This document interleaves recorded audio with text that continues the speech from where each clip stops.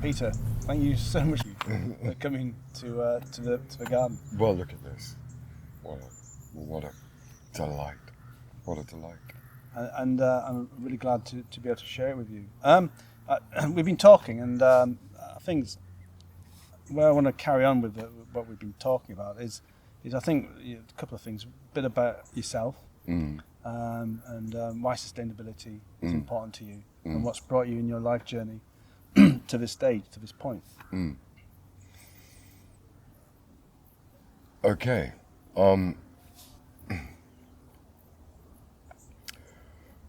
Well, first of all, every life is remarkable. Every human life is remarkable. Every flowering of life is remarkable.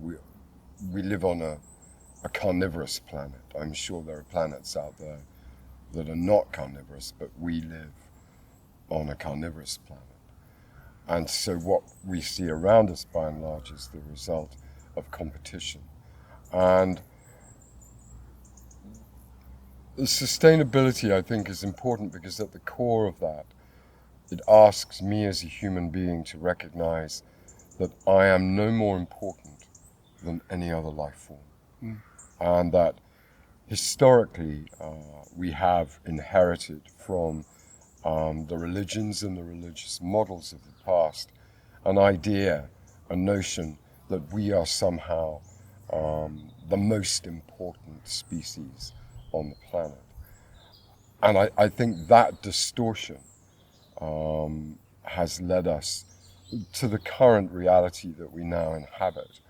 And if we're going to talk about sustainability and really how that might be taken forward, I think one of the first things I need to understand and accept with grace and humility is that I am one of many life forms on this planet, and I share my existence with every other life form that has just as much right to life as I do. And in terms of your journeys, your life journeys, can you remember when this was first? We use the word sustainability now, but before that, where in terms of times when you woke up to the reality of what you're saying now. I mean, I grew up in the countryside, and I was fortunate enough to do so. And I was, from a very young age, I was a hunter. I would go out and catch butterflies, and I would go and steal birds' eggs. And now the very thought of doing that is abhorrent to me.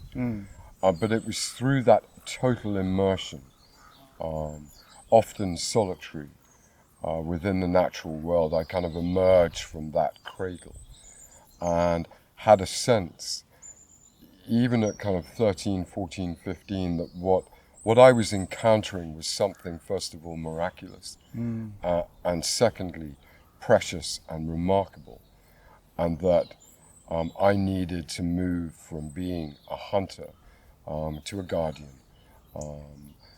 And that process kind of took a few bumps and knocks.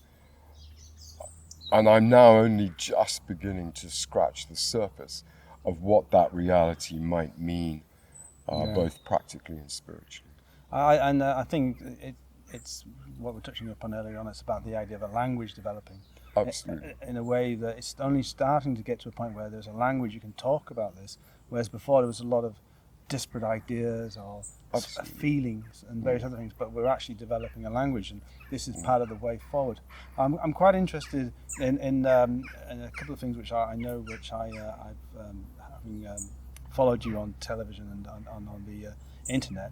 One of the particular things I found interesting was I'll use the word religious conversion. I remember you saying that you were you felt, or rather me telling it, you had this profound moment of connection with the world.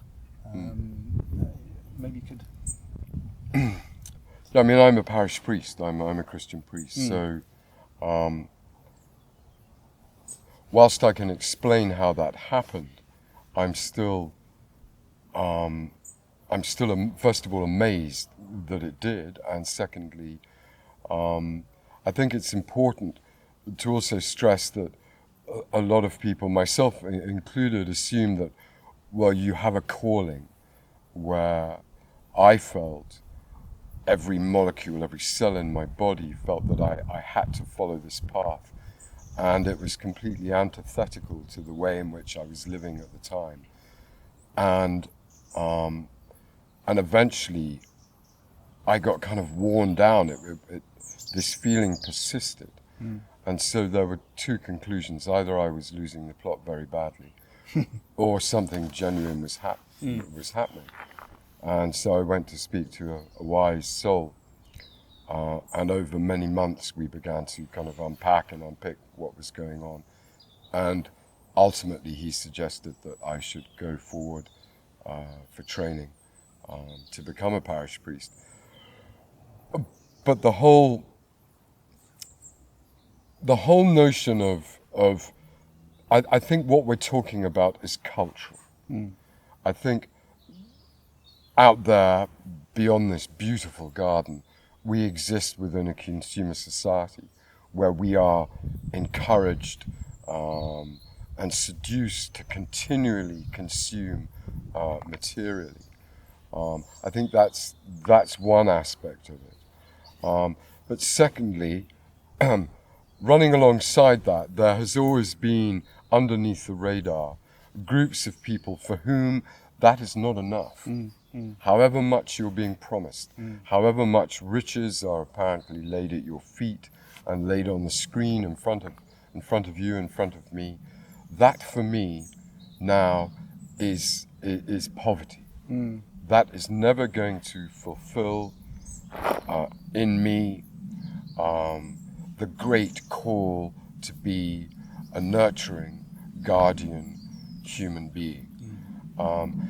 And that conversation tends to get very derided by the mainstream materialist, consumerist trajectory. And, you know, I'm labeled, you're labeled. Anyone who has this conversation has been labeled, you know, a crank, a hippie, a long-haired weirdo, whatever way it wants to be described. I personally would like to wear that as a badge of honor now. But secondly, what I've noticed over the last 10 years is that conversation is now trickling into the mainstream. Exactly.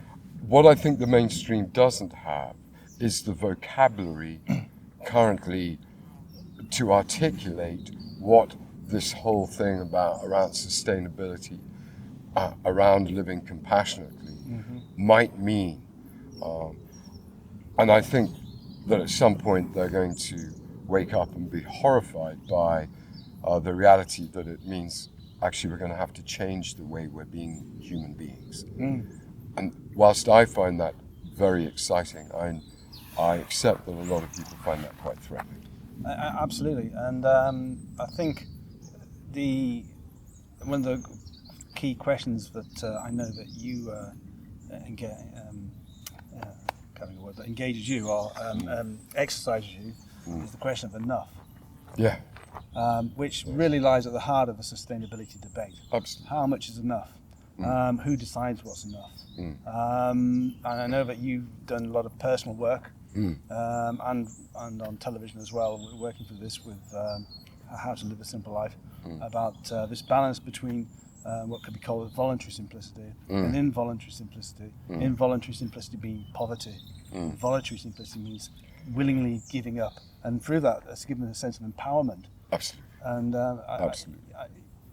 Absolutely. I mean, I think the only person that decides what's enough is me. Yeah. Is you.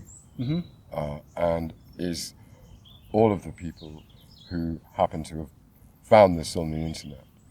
But that question of what is enough lies right at the heart of sustainability, because once we ask that question, I am then invited to look squarely at my patterns of consumption. And I invite myself in that respect to challenge those patterns of consumption, to challenge my addiction to materialism, to challenge notions of status and wealth, you know, which have been terribly toxic, I think, and very, very damaging ultimately. But once you ask, well, what is enough? Then you're kind of looking into the frame of a way of seeing things that's quite different from the manner in which we've all been socialized. And that, I think, is terribly exciting. But with that comes the responsibility of a response from you and from me. And if I'm going to honor the fragility and the beauty and the strength of this incredible miracle that I find myself immersed in, then, as we said at the beginning of the conversation, I have to recognize that I have no more right to any more of the bounty than any other being on this planet. And then I have to sit down and accept that and change my life along those lines. And I think one of the challenges there is how that question of enough is informed. Yes. If you are informed from a material perspective, it's going to mean one thing. If you're informed from a spiritual perspective, it's going to mean something else. Absolutely. And one of the things we touched upon earlier on was the fact that within the secular societies, the spiritual is if not lost or abandoned or whatever. And I suppose the challenge really is from how do we bring people back into the spiritual? How do we get them to respond spiritually? How do we get that feeling that you're talking about, that sense of reverence, that sense of I think you when you talked on the internet when I was watching this sense of love, the feeling of love that you had, and the sense of interconnectedness. How do we persuade people to think again and to engage, and whether it be a spiritual response or it comes from a spiritual place, how do we help people or persuade people along that journey? I don't think we can. Okay. I don't think we can persuade anyone. And I'm not sure I would want to persuade anyone. I can only follow my own path in this and follow it authentically. And if I'm living on 20 quid a week and I'm the happiest person that anyone has ever met, then that in itself, I would hope, speaks volumes. If I have renounced materialism, and I am just delighted to be alive and living, and eating simply, living simply, treading lightly on the soil. That's what I have to do. If others want to experience that feeling and the liberation from the great weight of the machine, that is up to them. I'm not going to say that one is bad and one is good. They are both profoundly different. There is a parable. I'm not in the business of converting people to Christianity, not in the business of converting anyone to anything. But there's a wonderful parable told by a nomadic wandering preacher 2,000 years ago. And he said that a man was walking through a field and he came across some great treasure. And he went home and sold all that he had to purchase that field. It's taken me 56 years to understand that the treasure was the abundance he perceived in the field. He saw the natural world in all its glory for the first time. At that point, he awakened to what we are immersed in. And therefore, at that point, he quite naturally needed nothing else. Nothing else was ever going to be as vivid as the reality, as this reality. And that, I think the question that I'm full on for that is the role of religion in this awakening, which I know you are openly critical of your own belief system, despite being deeply committed to it at the same time. Mm. And some of the challenges that I've encountered, which we can start looking into that if that's okay. Sure. I think one of the big challenges, and I've heard you talk about this, is first of all is the idea of dominion and domination, which has been one of the arguments for using the Earth or the planet as a commodity instead of an interconnected part of us. How do you square that within your belief system, your worldview? Well, I just don't buy into it anymore. It's gone. It's gone. I mean, look, you know, all of us have been socialized. We can see the triangle. The great triangle that we all grew up with, that's printed in biological textbooks, where you've got human beings at the top, and then underneath we've got a cow, and it's a man at the top, and then underneath we have a cow and a sheep and a woman, and then we have a jellyfish and a rabbit, and so it's layered, but we stand clearly on the top. It's that way of viewing ourselves as being a human being that is not only intensely toxic, but has also been very, very damaging to our human identity. Once we begin to see it as a circle, then everything changes. The monotheistic religions, Christianity, Islam, Judaism, Zoroastrianism, operate on the hierarchical model. You have God on the throne of heaven, sitting at the top, then the higher angels, then the lower angels, and then somewhere muddling around at the bottom of the pile is us. So in terms of religion, we're still having the triangle enforced upon us. I don't see the idea, the imagining, the reality of the divine in that way anymore. I see the divine as fragile, humble, and open. I don't see the hierarchical model of power as being in any way relevant to my life and the life of the religious tradition I happen to find myself in at the moment.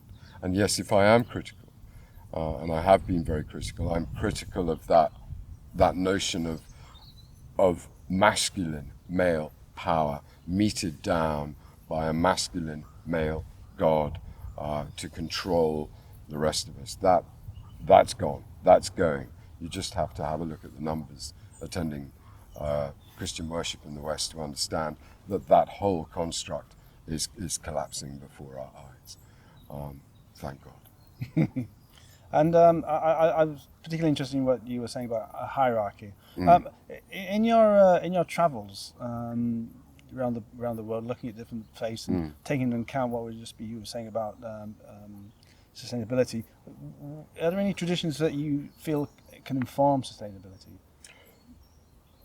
Absolutely. I think the Jain tradition, based in Shravanbelangola in India, where the monks and the nuns take a vow not to harm any single life form. I've met several Jain nuns who will carry around with them a brush to sweep the ground before they sit down. And this is an extreme form. Many people are going to think, well, that's just ludicrous. You can't even walk on the grass without harming a life form. But the notion that every other life form is sacred, and as sacred as a human life form, I think that tradition touched me very, very deeply. And if you have that, if you accept that as a founding principle of your existence, then the notion of sustainability simply flows out from there. If you accept that you will live by not harming, not consciously harming any other life form, then the whole idea of sustainability, the reality of sustainability, becomes much more easy to mediate, because that's essentially where you're starting from. And I know one of your projects is you entitled New Humanity. Is this where it begins with that lesson? I think if we are to move forward into the future, and at the moment that there is some very real jeopardy around that, actually. What it is to be a human being in the context of the rest of the planet is going to look and feel completely different. I think, and that poses huge questions to our religious models, poses massive, very big questions to the manner in which we operate as a society. And therefore, every so often, 10,000 years ago, a man or a woman in Iraq planted a seed. And from there, the agricultural, the agrarian revolution grew. That spread at 2 miles a year. And that has now framed our very existence. I think what we're being asked to do now is to reframe our existence in the light of what we understand, with all the extraordinary discoveries about how genetically close we are to the vast panoply of mammalian life. And so we're being asked to really see ourselves differently. And if we're going to have a new humanity, if we're going to have a renewed humanity, then we simply cannot continue behaving as we are and seeing ourselves as we are. We have the potential to be immeasurably beautiful. We have clearly the potential to create and to live in symmetry, in harmony with the natural world as we find it.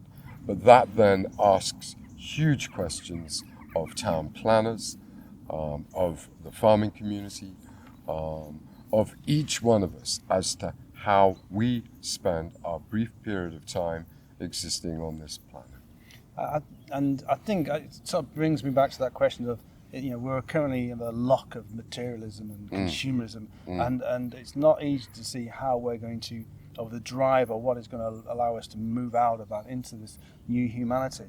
At the moment, I think one of the things we're going to need are champions. I think we're going to need people who are brave and who have been. We're going to need people who are very brave. We're going to need people to challenge the whole notion of war as a way of sorting out problems. If it's born out of violence, it will be violent. If it's born out of non-violence and loving, caring, cherishness, then that will become the future society. And I think that's an important point, a very important point. But it has to be a positive. I think one of the things about the Jains you mentioned was the fact that, and you talk about the fact that you asked them, they asked you spend a lot of time laughing. I think you said you physically heard yourself laughing. Oh, with the sadhus. Yeah, oh yeah. No. And then they asked you, do people laugh at church? And your response was not really. And it's got to come from I think if it's not loving and enjoyable, it's not sustainable. It has to come from, that has to be part of the mix. Yeah, the very notion that any change can be mediated through violence is, I think history has shown us that that will never create sustainable, compassionate societies. But the interesting thing about the mediation of change is that the main model we have is violent revolution. And the news channels are full of images of violent revolution. And in a sense, that becomes self-prophesying, that becomes self-feeding to a certain degree. And I hope that I begin to see in my lifetime groups of people beginning to coalesce, committed to non-violent revolution, not because they're against war, but because they understand that the societies that emerge from non-violent revolution are essentially compassionate in nature and are not held to ransom by the gun. Okay, so following on from the non-violent revolution, which will come about as a result of inequality. I think it's a revolution of choice. I don't think anything will change unless I choose change. I can't expect other people to make the changes on my behalf.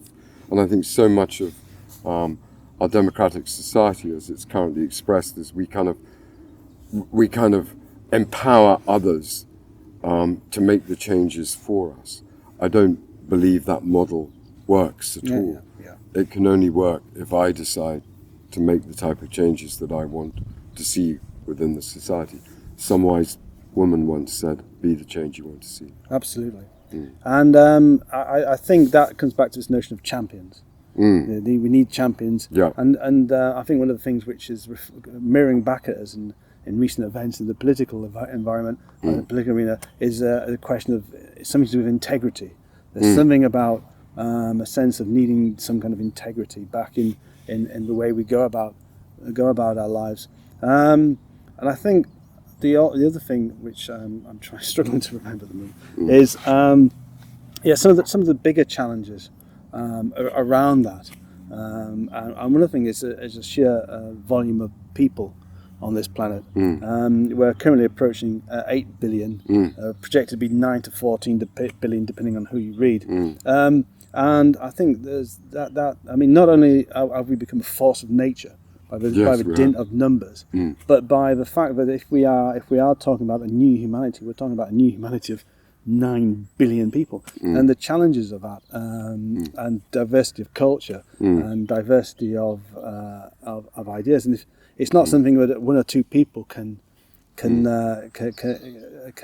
it's got to be everybody. We have to become a force for good. Absolutely, but I mean that's a big question. I think the framework which has generated the current reality wherein simply cannot contain the new reality, the new humanity that is calling each one of us. And therefore, first of all, as you rightly said, that by sheer dint of numbers, human beings have become a force of nature in themselves. I don't see it being possible to move forward with the current constructs of nationality, in a sense, where I put my hand up and say, I'm Scottish, or I meet someone and they say, oh, I'm Zimbabwean, or I'm Mongolian. In a sense, I think those constructs, I think Joanna Macy came up with a phrase which suggested that most of us in the West exist within industrialized military complexes. And those have grown up out of saying, well, we need X because Y is threatening us. So I think if we can begin to dismantle the notion of nationality, that I think is becoming urgent. And if we can accept that when I was traveling a lot, I was asked where I was from, and I would always say I was from Britain. And then I got kind of very bored with that. And I began to respond by saying, I'm from planet Earth, where are you from? How did you respond to that? What response did you get to that? They said, so am I. That's amazing. Isn't that extraordinary? But in a sense, I am a human being from planet Earth. First and foremost, I am not Scots-Irish or Scots-English. I am a human being from planet Earth. And I think we need our politicians to stop throwing bricks at each other and to start to develop a vocabulary of common humanity. We have no future unless we can develop and understand and start to behave from a perspective of a shared common humanity. And I think one of the challenges I've read about in the deep ecology perspective, which is, I think, Macy kind of we put them into, is this idea that we have to move into a position of loving. This goes back to the idea of loving the earth, and that sense of loving is encompassing. You can't sort of say, well, we love this and we don't. It's the whole of creation. We have to learn to love the whole of creation, and I sort of come back to this question of if without. It's not that we need not just champions at the local level, people on the ground, but we need big champions. We need a voice, and at the moment it's difficult to hear a voice who is saying the sort of things what you're talking about at a global level, at a world level. I think the Dalai Lama is moving increasingly speedily towards involving himself in this discussion. I think the deep ecology movement springing out of the United States is beginning to bear some quite beautiful fruit. But whilst at the moment we have a choice, if we keep consuming at the rate we are, we won't have a choice. So I mean, it's my hope that people will begin to understand that this is becoming urgent. And that simply by choosing the models that are presented to them in terms of status and success is utterly insufficient for future generations. I was watching, I was reading about the in sub-Saharan Africa, I think it was. They supplied solar panels. To run pumps, various of the basic utility. And what most people went out was bought televisions. And then started watching these televisions and seeing these amazing images of Manhattan and fast cars and the American dream. And this suddenly gave them a different perspective of what enough was. You know, there's the materialist enough, and then there is their enough. And obviously, and quite naturally, they were drawn to the materialist enough. And I think that how to readdress that when such a huge media machine is pumping this 724 down the tube at us is I think one of the really big challenges. It's a comedy. It's a tragedy and a comedy. We're watching a tragedy and a comedy. The American dream is becoming a nightmare. And I understand that how seductive the screen is. Here, you and I are sitting in front of one, and but it is simply a means, at best, of communication. And inherent within all that we consume from within the screens. I mean, basically, the business community have partitioned the screen pretty much for themselves at the moment, and there is so much more that can be done by those of us who do not want to live by those values. And in a sense, I have utter confidence that the new value systems, the new humanity is beginning to move forward now. And I'm not going to blame computers. I think computers and the internet are an absolutely miraculous, wonderful invention, and I'm privileged to be able to use one. But it's whether that becomes a force for good or whether we continue to stare at diamonds and oil wells and shining cars and think that this is somehow sufficient. I think technology is, we're surrounded by creation, and technology is just a part of our impulse. It's not outside. It's not to be sort of go back to some year zero regime or something like that. It's about moving forward. And I think the important thing with technology is how it's designed, how we think about the impact it has on future generations, on the ecology. So that when we design our technology, it has two things. First of all, it has a circular design, that the end doesn't just go into a sink, but it feeds back into the beginning, and also that it supports and helps the environment, the ecology that we rely on. Various ideas of such that cities are massive producers of guano. So why is that not feeding back into the ecology rather than us buying artificial fertilizers or having to import guano from other parts of the world? Why are our plastics not digestible? Why can animals in the oceans not digest them and actually feed off them rather than dying in numbers because it sits in their gut and won't? I agree with you entirely. I think at some point over the next 100 years, human beings are going to wake up and understand that we create our own reality. We live in our own reality. Absolutely. And that, from my perspective, from my religious tradition, being made in the image of God means we have the gift to, we are co-creators of reality. And I think we've never accepted that. We've kind of played around with it.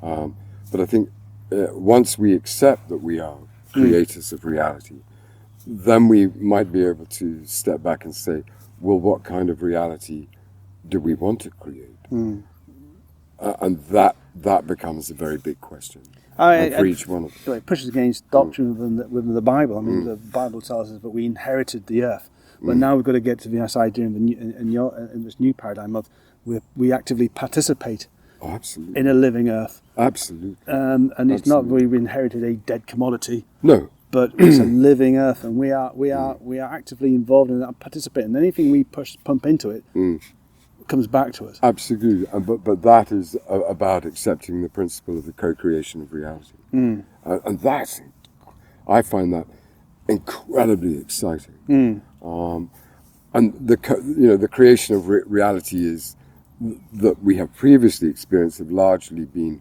born out of the paradigm of hierarchical power. But there are many other far more intensely beautiful realities that we could choose. It's just whether we accept that this is how we are. And there's a paradox there, I think, in the sense of on one side we're saying the breaking down of the hierarchical powers of the control systems, or however you want to, but at the same time needing to create new structures which can actually move forward into this new humanity, into this new world. We need some degree of order, but not to the point where it actually suppresses. Absolutely. Well, this is where we are now. I think we're in that space between. And it's an incredible privilege to be alive at this point. But that also comes with urgent responsibility as to accepting that we are co-creators of reality. And then accepting that, beginning to imagine and believe and hope for a future that is both just and fair for the natural world as it is for human beings. And that we haven't really dreamt of that. You mentioned the American dream before, and I said that it had turned into a nightmare. It's time to walk into the light again. And I think the spiritual, those of the spirituality are an important part of that. But they seem, well, I know the Pope has recently got on board with spirituality, which I think is interesting. What's your views on the Pope's take on spirituality, or the Catholic Church's view on spirituality, as he's come out into the open ground now? I am delighted, and I think I would have liked the Catholic Church to have said this 1,500 years ago, but they've got there in the end, and I would like the Protestant Church to have said it 400 years ago. I would still like the Protestant Church to say it. So in a sense, I see that as really very hopeful that those who model themselves as being the guardians of the sacred are beginning to imagine that that very notion is far vaster and far more beautiful than they had previously allowed themselves to believe. Yes. We'll touch upon the other thing. So in terms of deep ecology, spiritual ecology, which I think are kind of close cousins, they may have difference of ideas, but they're kind of they're closely related in the sense of some of the more extreme, perhaps even violent ideas within that movement. For instance, culling of our species, where we cull other species. So where do we get off? What are your thoughts and ideas around that? Oh, I think at some point a virus will emerge that will do that. You think it's just natural? I think it's naturally. Whilst human beings have disturbed, I think, the ecological balance of the planet and continue to do so, I think all the models would say that once a species starts to behave in that fashion, there is in time a rebalancing that will take place, and at some point, a virus will emerge that will do that far more efficiently than we could ever imagine. Right, and I suppose that sort of brings you questions. Like, I think if we keep going in the manner in which we're going, I think if we can keep believing in the models of progress that we have, which I happen to believe are intensely toxic, and I think just look around at the figures, yes, at some point we will be overwhelmed and defeated by a natural form in our midst. And I suppose this fits into the idea of rebalancing, that the Earth is going through a huge rebalancing.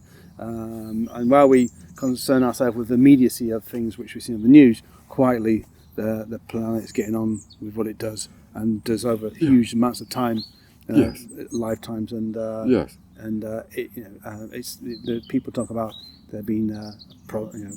The planet's not got the problem. We've got the problem. Absolutely, yeah. I mean, again, global warming is framed as a planetary problem, but it's a human problem. And as long as news corporations continue to present it as a planetary problem, we will continue to have global warming. I think I agree with you about that. And I think the other thing which we touched upon there was the relevance of spirituality in the scientific age. Some people say it's got no place in the 21st century. What are your thoughts on that? I think our view of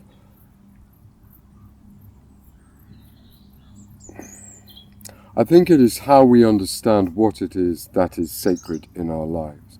I think even the most ardent atheists would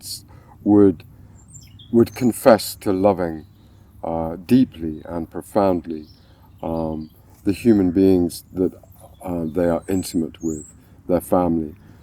Many ardent atheists will confess to ardently and intimately loving the miracle of life as they see it, as having evolved. So I think what we're struggling with is how we navigate through the word sacred. Our moral system within society, the manner in which we make our laws in relation to the environment, are very much earthed in our understanding of what is sacred. Our laws of protection are essentially earthed in what we understand to be sacred. As a Christian priest, I don't want to say in any way, shape or form that the notion of something being sacred is completely contained within the belief in a divine presence for love. But essentially, I think any discussion about the future dream of human beings, is very much rooted and earthed in what we understand to be sacred and how we actually experience that. So, coming towards the end of the talk, and one of the things I'd like to do is is Peter Owen Jones, your children and your grandchildren. How do you picture this new world, this new humanity? What does it look like? What does this future look like? Well, we've kind of given up. I think my children's generation are faced with being held hostage by debt on a massive scale. They are faced, I think the next generation, I think our children's generation,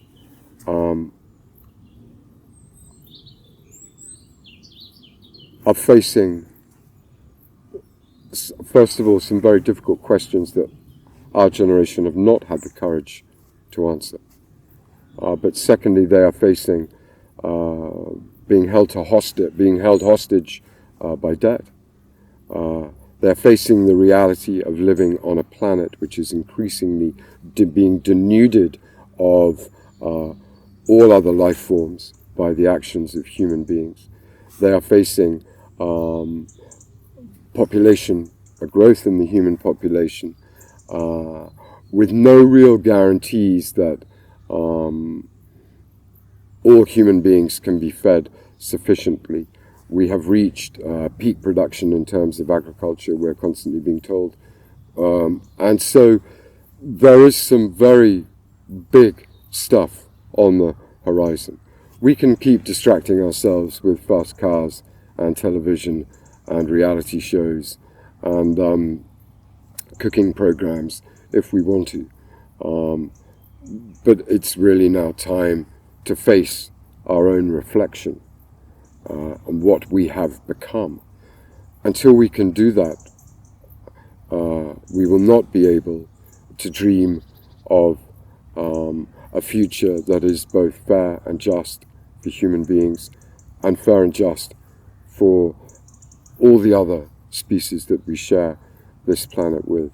I think all I would say to that question is that we have somehow, in my lifetime, appeared to have given up on the dream of a more beautiful future for ourselves and for our children. And if in the next 25 years we can reignite and reimagine that yes, there is a way forward that is both sustainable and intrinsically beautiful, if that spark can be lit by our generation as we come to our time of passing, then that I think is the best we can do right now. But what I think is essential is that we do prepare our children for the reality that they are going to inherit. And that job needs to be done urgently. And the political systems that we have inherited do not seem at all inclined to tell the truth about the world that is to come. We have a mindset that is hell-bent on genetically engineering our way out of the problems that we have created. And that, I think, is nothing other than dangerous. But there is hope. There is hope if we can light that flame. I never understood the saying, I think it was by Thich Nhat Hanh, it's better to light a candle than to rant against the darkness. And I understand it now, and I wish I'd understood it before. And the job of our generation is to light the candle. Thank you very much. Thank you. Thank you. Thank you.